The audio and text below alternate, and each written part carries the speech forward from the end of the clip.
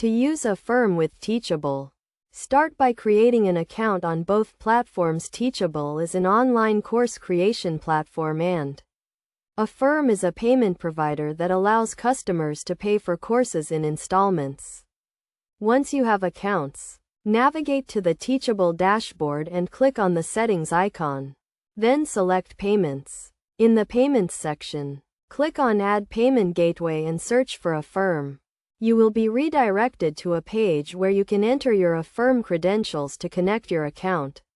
After connecting, you can set up the payment plans you want to offer to your customers, including the interest rates and repayment terms.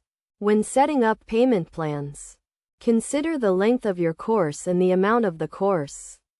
For example, a longer course with a higher price point may require a longer repayment term. Once you have set up the payment plans, you can add them to your course sales page. Customers can then select the payment plan they prefer when purchasing the course. Teachable will handle the payment processing and Affirm will handle the repayment terms. It is essential to clearly communicate the repayment terms to your customers to avoid any confusion.